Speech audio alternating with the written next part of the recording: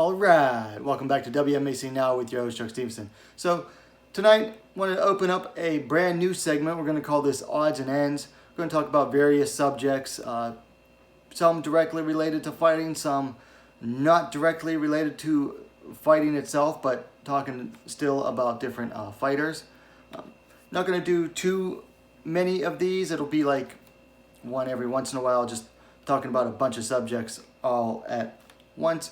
But mostly going to try to have a little bit of fun with this one. These are less serious than most of my videos. There are going to be some serious topics talked about in this, but we're going to have a little bit of fun with this one too.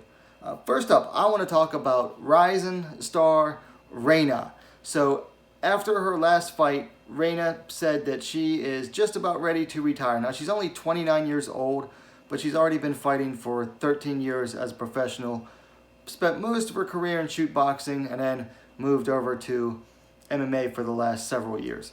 Well, she basically has like 3 fights left in her plan before she wants to retire. First, well, in no particular order, she wants a fight in shoot boxing. She wants to finish up there where she got her start, have a big fight there, and finish up her shoot boxing career. Next fight she wants to fight Sahi Ham in Rizin under MMA rules. Now, they once fought years ago, like back in 2011, 2012, under shoot boxing rules. Reyna came away with the decision, although it was a very close fought fight. And then finally, if it's permissible, she wants to have a retirement fight against her friend and mentor, longtime training partner, sometime coach, Ayaka Hamasaki, which is typical in a lot of Japanese retirement fights. They'll fight someone that they know. This one's a bit unusual though, in that usually if someone takes a retirement fight, it's against a younger fighter, and oftentimes the younger fighter is expected to win as a sign of passing the torch. This one, however, is the opposite because Hamasaki is almost like 10 years older than Reyna. So that's a little bit unusual. The big one for me, though, is the Reyna versus Ham fight, particularly if Reyna can get down safely back to super atomweight, put it on New Year's Eve. I believe that they are going to start loosening the travel restrictions in Japan. I think that'd make for a great fight for New Year's Eve. I totally am down for that. I want to see it so bad. Nobusaka Kibara, please make this fight happen. Next topic I want to talk about. Angela Unstoppable Lee, or Unstoppable Angela Lee. She recently posted a post on Instagram basically throwing shade at Jenny Huan, who she fought back in March of 2017. And I'll go ahead and throw this up on the screen there and you can read it with me. It's a video of her beating up on Huan during their fight. It says, talk shit, get hit. Couple emojis. And then it says, story time. So, before we actually fought, I met this girl backstage at a ONE event. It was fight night and we were in the group warm-up at my brother's fight. She called me out and wanted to grapple, LOL. Who does that? I thought maybe she just wanted a few grappling tips, but nah, she wanted to full-on go. LMAO. I was mad but kept it together because my brother was up soon and I didn't want to cause any drama. Flash forward a few months and I got her name offered for my second title defense. Ooh, I was so happy. I said yes immediately. At the press conference face-off, she was talking trash in Chinese, and when the translator translated what she wanted to say, I shook my head and laughed at this clown. I took the mic and said, she can try, but that's all she's going to be able to do. I had so much fun in this fight. Crying, laughing emoji. And obvs, Jenny did not. Haha, the end. Okay, so a few things. This is the first I've heard that Jenny Huang was actually talking trash in that press conference. I don't recall seeing that in any of the press releases or anything going on. So whether she was or not, I don't know. Maybe she was just selling the fight. Hey, that's what happens. It's the fight game. You got to sell the fight. Anyway, I just want to talk about how odd that it is that Angela is posting this now. It's been 3.5 years since this fight. And you look at the career trajectories of the two, Angela is still on top of her division. She took a couple losses up a weight class, but she's still at the top of her weight class. Whereas Jenny Juan hasn't won a fight since then. She's like 5-5, I believe, currently. She was undefeated going in that fight, and now she's lost every fight since then. So what is the point of this? I have a few theories about this. First up, it's been almost a year since Angela fought. So people really haven't been talking about her as much because she hasn't been fighting. Granted, it's not all her fault. You know, we had that little pandemic going on. It's still happening around the world. But she hasn't been fighting. So she hasn't been in the spotlight. Another theory I have, and this could be piggyback off the first, is that a lot of the talk, instead of being on Angela, has been on her sister Victoria lately. So maybe she's just a tad bit jealous that not only is the spotlight not on her, it's now on her younger sister who hasn't even fought as a pro yet. Or, third theory, and this seems like the most likely right now, she's just a little hormonal. Because a couple posts later, Angela and her husband Bruno Pucci announced that she's pregnant. She's about, let's see, how many weeks now? I think 10 weeks? About a month and a half now. So, she's officially 11 weeks pregnant. And the baby is due on April 21st of next year. So maybe she's just a little hormonal, and that's causing her to be a little, I don't know what, off. Because that's very not in character of her to talk trash like that. Even if Jenny Juan supposedly talked trash first. Just something I want to bring up. But keeping with one championship, let's talk about Stamp Fairtex. So Stamp, apparently, who was dating Rodtang Jitmuangnan, I think I got that somewhat right. Apparently, a couple weeks ago, it turned up in Thai media that they called it splits. They've been dating for, I think, over a year now. In a couple of weeks since then, though, and I'll show the picture there, Stamp went from her, her highlighted hair and brightly, somewhat bright colored hair. She went to purple and then to black, and she cropped it all short. Having had some experience with some bad breaks in the past, I'd say she's handling this one just fine. And that's a little bit of sarcasm if you can't tell. Looks like she's taking this one just a little harsh. I mean, most women don't change their hair color after a breakup like that. Not to that extent. Or get it cropped off, too. In other news, Maro Romero has been released from the UFC. Well, that's no surprise. I mean, surprised she even had one fight left. And then she goes out there, basically takes down her opponent for some odd reason, and dives straight into her guard and straight into another freaking armbar. Was it armbar? Or rear naked choke? Anyway, she dove straight into another takedown submission. The exact same submission that she lost to Courtney Casey against. It's like, how can you show that bad a fight IQ twice in a row that you're going to lose to the same submission 2 fights in a row? So, really not surprised to see her get cut. She'll probably go back to the European circuit. Hey, she's a flyweight. You know what? Bellator's over in Europe. Maybe Bellator will pick her up because Bellator, they love UFC rejects. What else? So let's talk about the women's bantamweight division in the UFC. Is it me, or is this division just on the brink of, disaster? I mean, you have Jermaine Darandami and Holly Holm picking up wins. Both of them have fairly recent losses to the champion Amanda Nunes. Now, Nunes, she hasn't fought at bantamweight, I think, at all this year.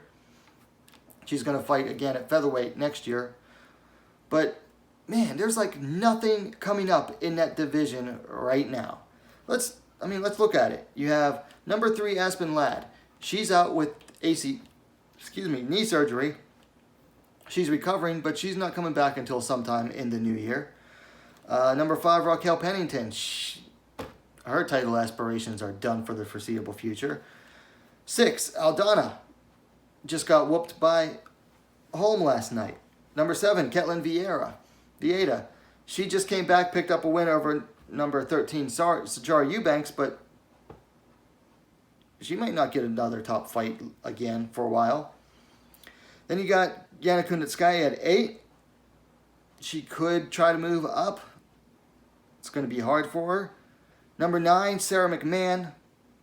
Sarah McMahon might as well retire at this point. I mean, she seems like a really nice lady, but she just lacks some of that meanness in the cage, and her record lately is just not that good. I mean, she picked up a win back in January against Lena Landsberg. Before that, she had lost 2 straight before taking a nice long break for pregnancy. I mean, her last, let's see, she lost to Marion Renaud. She lost to Ketlin Vieira in September of 2017, and then lost to Marion Renaud in February of 2018, which is a bad loss. And then took 2 years off, came back earlier this year for Lena Landsberg, and she hasn't fought since then. Let's see, then you go down to number 10, Marion Renaud. You know, you want to talk about someone who's just inconsistent and has no real future prospects for her. Marion Renaud is a good example. Macy Chiasson, she's got to fix a lot of things in her game. She is still very green as a fighter. 12, Lena Landsberg. She just recently announced she's pregnant, so she's out for a while. Number 13, Sijara Eubanks. You know what? She has been showing some nice incremental improvement. I can't hate on Sarge anymore. 14, Pannie Kianzad. She's kind of iffy.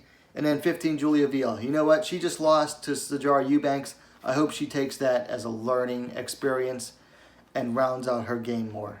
Because if she, right now, she's looking like if she can't bull rush an opponent in the first round, then she's going to have a hard time. So yeah, Bantamweight right now is just in desperate need of some young prospects who are going to be able to be active and can beat some of these older fighters and get them out of there. Because, you know, that's the thing. You can't get these older fighters out of there until you beat them or they retire. Holly Holm is just proof of that, because Aldana just had no prospect, no hopes in that fight. It was sad. So yeah, Bantamweight, UFC, get on the Bantamweights. Recruit some Bantamweights. Bring in Tanisha Tennant. She looks like a bright prospect. Bring in Lisa Verzosa. She's not that great, but she is a bright young prospect. She can learn. Bring in just about anybody you can find. Scout some talent for Bantamweight. And then finally, I want to talk about the women's strawweight champ, Zhang Weili. Why does she not have a fight booked? She hasn't fought since what, March? Let me see. Yeah, I know it was March, but what date in March? Let me look this up here real quick.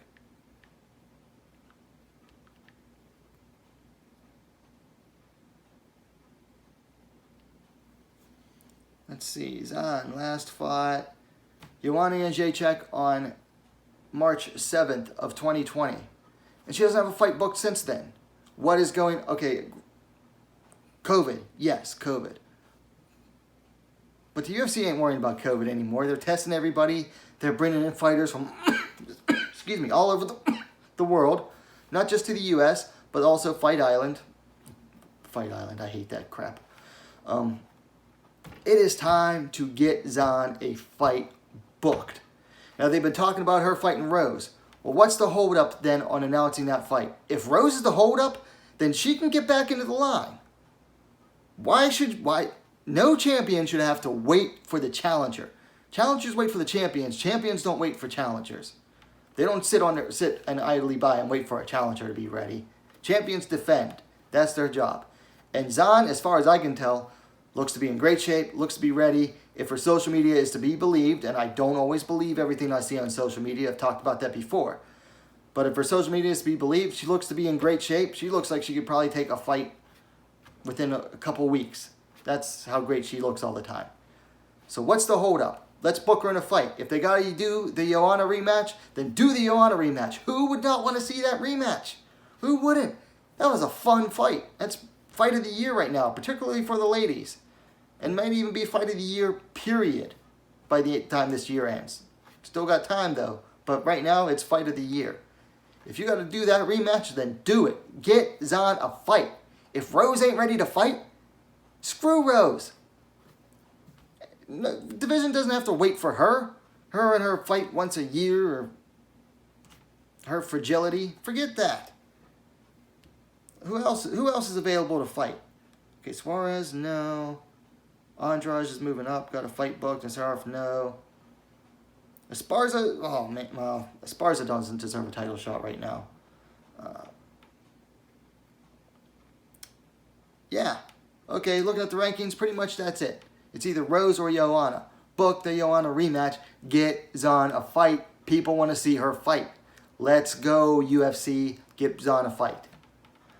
So that's really all the topics I want to have a talk about tonight. I do want to give a shout out, though, to someone.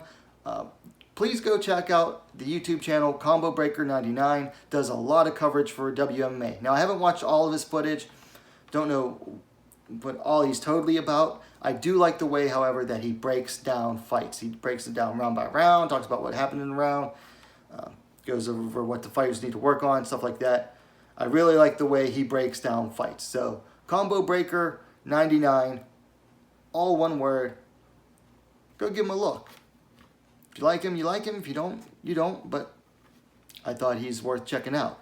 Last time I gave a shout out to a channel, they stabbed me in the back. But Combo Breaker seems like a cool dude. So, like I said, go check him out. Anyway, that's really all I have for this edition, the inaugural edition of Odds and Ends. If you like the video, please give it a like and share it as well. Let me know what you think in the comments down below. And while you're at it, let's go ahead and subscribe to WMMA Scene Now, the most complete women's mixed martial arts dedicated platform on YouTube. Thanks for watching. We'll see you next time.